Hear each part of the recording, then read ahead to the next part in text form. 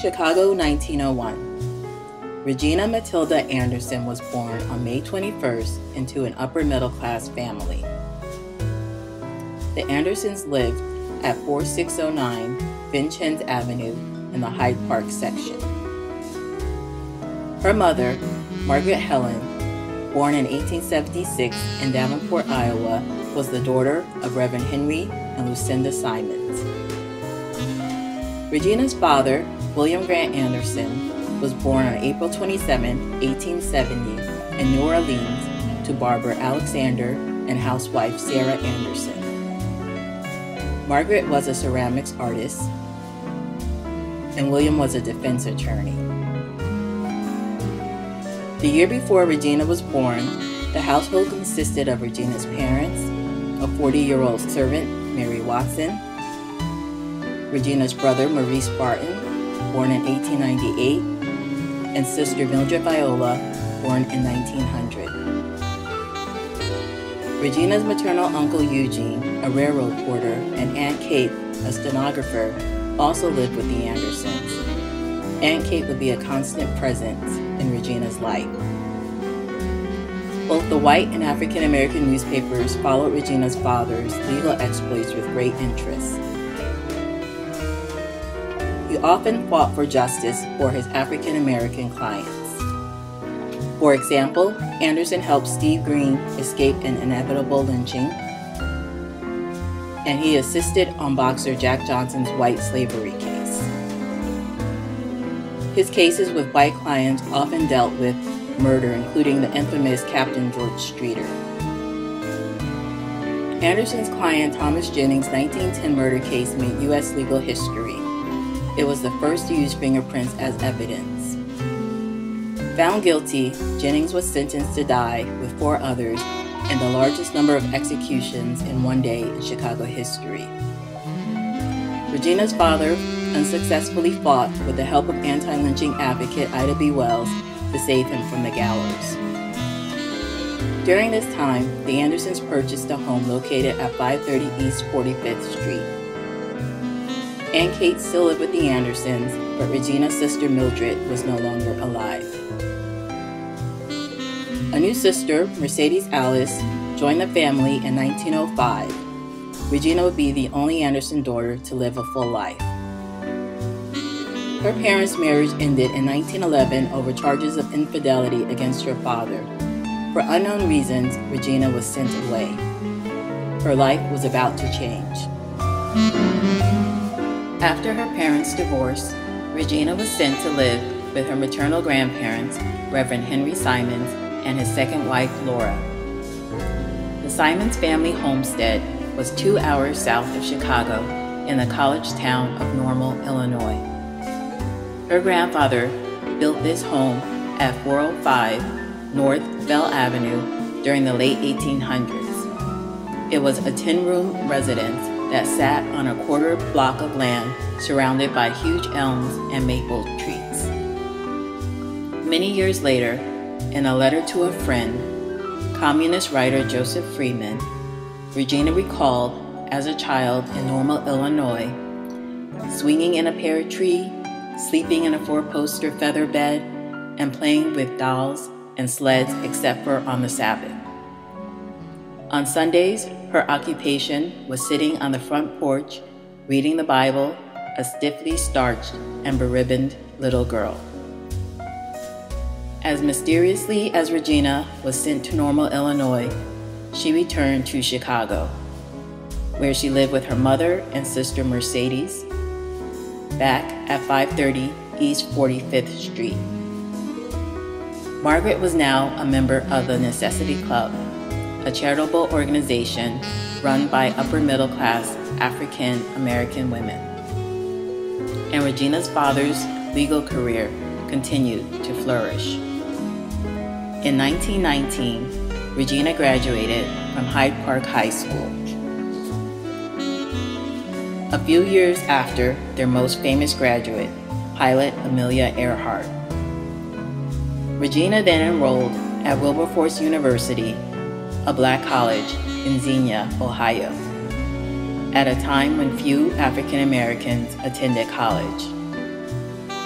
As a student, she worked in their Carnegie Library, but would attend Wilberforce for only 1 year and would say virtually nothing about her time there. Upon returning to Chicago, Regina took the civil service exam and applied to be an apprentice at the Chicago Public Library, which did not restrict hiring African Americans. There she would meet a mentor, Vivian Harsh, who would become the first African American to head her own branch. During this time, the Chicago Defender reported that Regina's younger sister, Mercedes, was hospitalized for psychological problems. A week later, the newspaper mysteriously recanted this story. There is no official record of Mercedes' fate, but her family has said that she died as a teenager from a broken heart because of her parents' divorce. Perhaps her death was a suicide. Maybe this tragedy was the catalyst that led Regina to move to New York City and start a brand new life, far from the painful memories back in Chicago. Regina went on vacation to New York City in the early 1920s and decided to remain.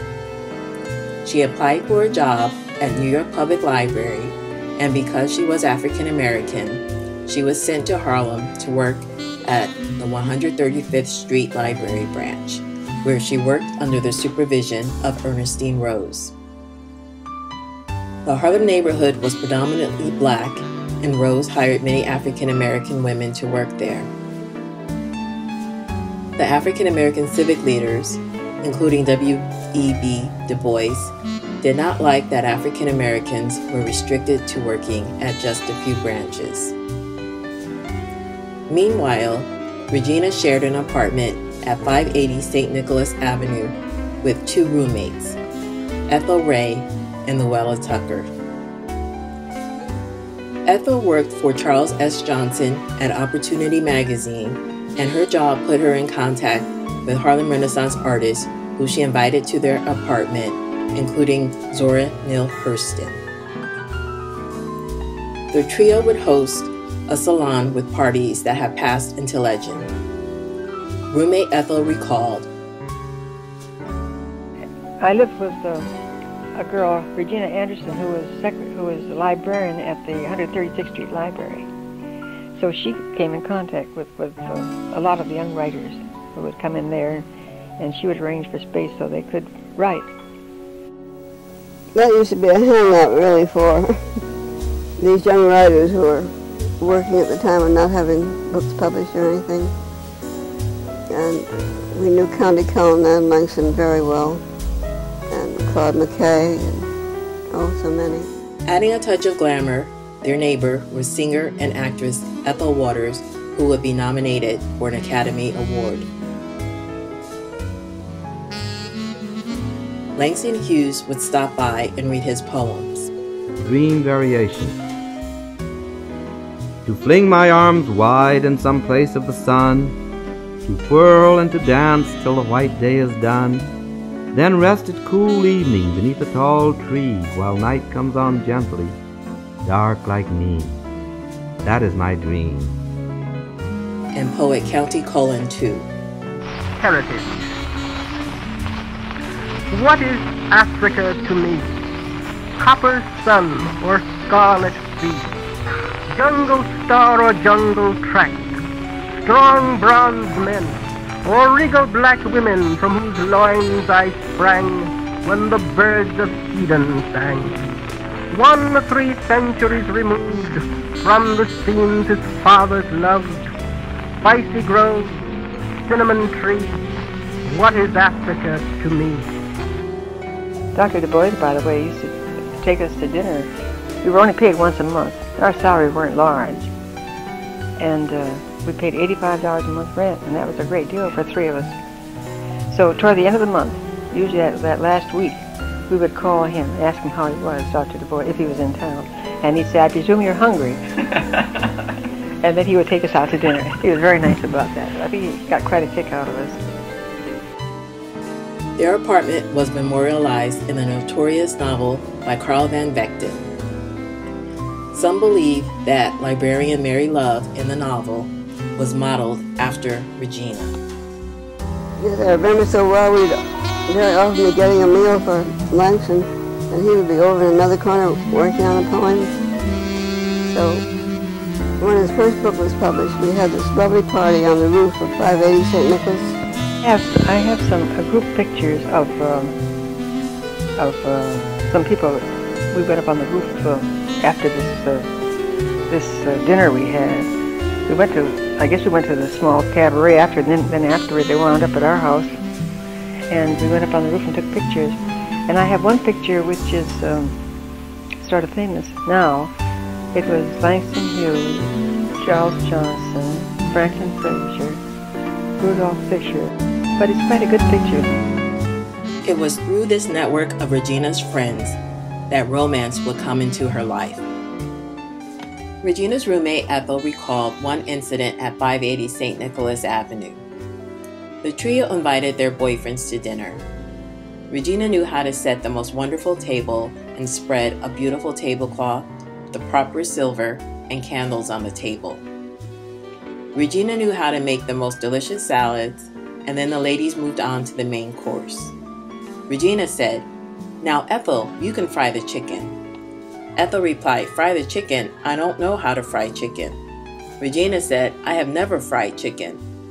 Ethel recalled, "Here we were in the kitchen, wondering what we were going to do about the main item on the menu. We got together, and somehow or other, we did what we thought should be done. But the horrors of that meal. We sat there afraid to try it ourselves and waiting for guests to take the first bite." When she showed me this picture, her hair was very long, and he was actually taller than she was, not by much, and it was out by the porch, apparently at the home in Illinois, and she had a deep love for him, and she wanted to marry him, and he did ask for her hand in marriage, but her father said no. She's going to further her education, and there will be no interference. She still has to go to school, and so she did not marry him. But apparently she wasn't supposed to, because if that was the case, she wouldn't have met Uncle Bill, whom she was married 57 years. She also had another boyfriend, the unknown author of the Dear Reggie letter. The author encouraged Regina to continue their relationship. While visiting her mother in Normal, Illinois, Regina wrote to a possible paramour, communist writer Joseph Freeman. "Could you have been here for a day with me, we would walk down the road under the elms. The sun is setting, and our lights would have been the fireflies." Surprisingly, after writing this letter and on the way home to New York City from Normal, Regina stopped in Cleveland and attended a luncheon with a fiancé, Arthur St. George Richardson, Jr. Her fiancé was the son of this man, who was a president of Wilberforce Institute in Canada and later president of Morris Brown College in Atlanta, Georgia. It is not known why Regina never married his son. 2 years later, Regina would marry Bill Andrews, and she recalled how they met. I had met Bill Andrews at a dance. Got to know him. He was in law school at the time. And we found we had many mutual friends, including Jessie Fawcett, who was a friend of mine. And when I announced that I was going to get married, it was first decided to have it at St. Philip's Church. And then Jessie and her sister hoped that I would have it in their home, and that's where we were married. Born in 1898 in Sumter, South Carolina, Bill and his younger brother Perry were the sons of Anna Lee and attorney William Trent Andrews Sr. Andrews Sr. was also an editor of a newspaper in both South Carolina and later in Baltimore, Maryland. He had attended West Point, then graduated from Fisk in 1890 and Howard University Law School in 1892. He was also an acquaintance of Booker T. Washington. Regina and Bill married on April 10, 1926, in the apartment of her maid of honor, Harlem Renaissance writer Jessie Fawcett. Their wedding was reported in the society pages. Notably absent on the marriage certificate was a place for a bride's occupation. After their honeymoon in Atlantic City, the newlyweds moved into their own apartment in the same building where they were wed, 1945 7th Avenue. Bill graduated from Columbia Law School and opened his own private practice in Harlem. He also worked part-time for the NAACP, fighting civil rights cases on their behalf. Bill would later become an assemblyman representing Harlem. He later unsuccessfully ran against Adam Clayton Powell Jr., who became the first congressman from Harlem. Early in their marriage, Bill sent Regina letters while she was visiting her mother in Illinois. Friday, July 13th, 1928. Sweetheart, this is the day which is supposed to be so terrible and always a jinx, but it brought me good luck. When I came home about 11 o'clock, I found your second letter awaiting me. I was so happy. Of course, I'm not going to ask you to come home, but I do want you with me.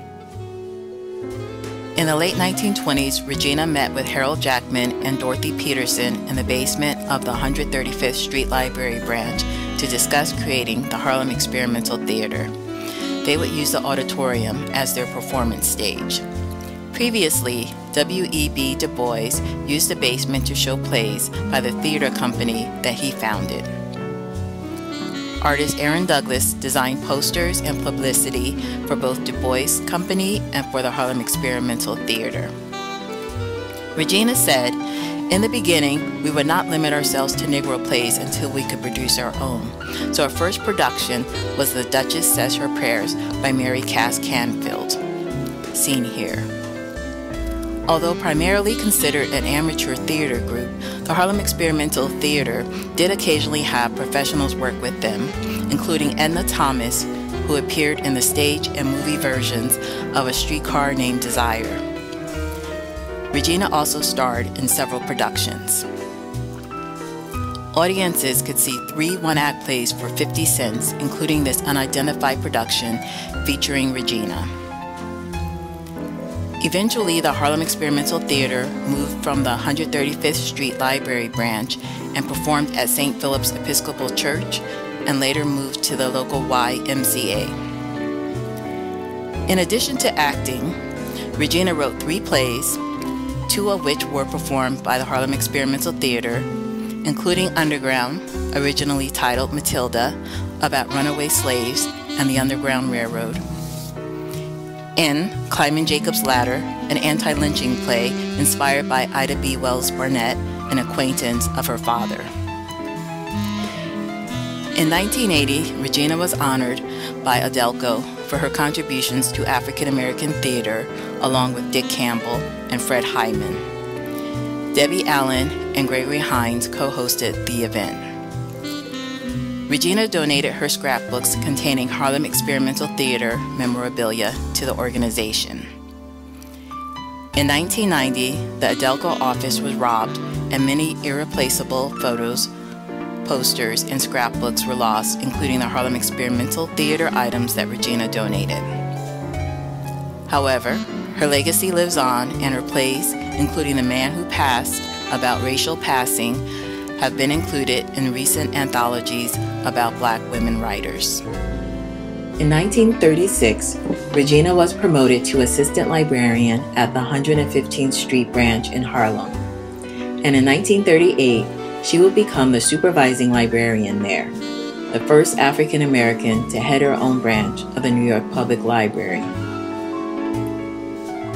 For this accomplishment, Regina was honored at the 1939 World's Fair, along with Dorothy Height, Ethel Waters, Augusta Savage, Jessie Fawcett, and Philippa Schuyler.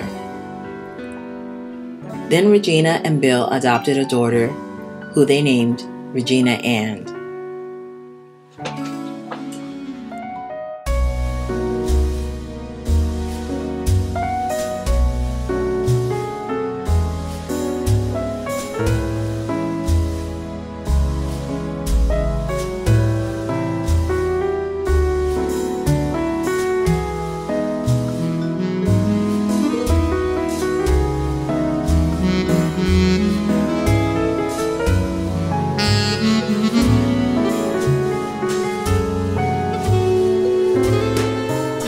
And Regina balanced a library career with motherhood.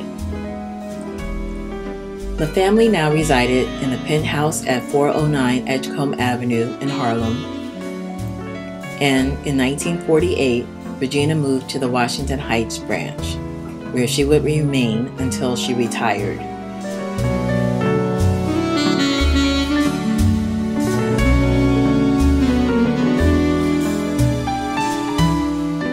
Chinese American Edna Law was her assistant librarian there, and Law participated in the program that Regina developed called Family Night at the Library, where library patrons could learn about the heritage of their neighbors. For example, Family Night at the Library, Israel. But library events also included cultural programs like a performance by pianist Philippa Schuyler and Langston Hughes reading his poetry accompanied by a piano. Droning a drowsy, syncopated tune, rocking back and forth to a mellow croon, I heard a Negro play. Down on Lenox Avenue the other night, by the pale, dull pallor of an old gas light, he did a lazy sway. He did a lazy sway to the tune of those weary blues. With his ebony hands on each ivory key, he made that poor piano moan with melody. Oh, blues.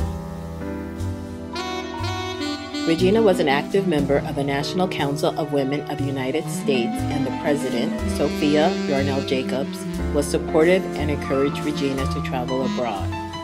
Here Jacobs speaks at a family night at the library event. Regina's first trip was in 1958 to Germany as part of the post-World War II Marshall Plan. She was invited to tour Germany with other accomplished professional women from the United States. She recalled, "Germany was my first trip abroad. It was a delightful trip, my first trip overseas in an airplane." Regina said, "The Germans seemed to make a point of always putting me in the center of everything. I think the Americans kind of resented that. Why should I be the center all the time?" The U.S. State Department would fund middle-class African Americans to travel abroad to reinforce positive images of U.S. racial equality, while denying passports to African Americans critical of U.S. race relations like Paul Robeson and Regina's friend W.E.B. Du Bois. Later, Regina was honored by the Musical Arts Group, which sent her to visit several African nations in 1964, including Sierra Leone, Nigeria, Liberia, Ghana, Senegal, and the Ivory Coast. The Asia Foundation sent Regina to China, Japan, India, Thailand, Pakistan, Lebanon, Afghanistan, and Iran. After traveling abroad, Regina retired from the New York Public Library, but she would live for several more decades. As Regina prepared for her retirement, she was caught up in the events of the 1960s. In July 1964, 15-year-old James Powell was shot dead by an off-duty police officer, Lieutenant Thomas Gilligan, resulting in the Harlem-Bedford-Stuyvesant uprising. During this time, Regina wrote to a friend, "Last night was free from gunshots." Gilligan was later cleared of all charges. In the same letter, Regina remarked, "We look forward to each weekend's retreat to Lake Mahopac, not as a hiding place, but one giving release from frustration." They had purchased this 1799 New England-style home on 34 acres in the 1940s. Although retired, Regina became involved with the 1969 Harlem on My Mind exhibition at the Metropolitan Museum of Art in New York City. She was a member of the advisory panel. One scholar called it one of the most controversial exhibitions ever mounted by an American museum, with protests by African Americans and charges of anti-Semitism. Back in Lake Mahopac, Regina would share her home like her family shared her childhood homes with her Aunt Kate. At the age of 100, Aunt Kate had to move to a nursing home, but would live to be 106 years old. Regina hosted many events, including inviting soprano Marian Anderson to her home. Bill died in 1984, leaving Regina a widow after 58 years of marriage. Bill was 86 and Regina was 83. Regina would live for several more years before dying in 1993 at the age of 91. In an interview 6 years before her death, Regina said, "As I have gotten older, I'm glad to have been able to see things get better for the Negro. I'm impressed a great deal. I'm very happy."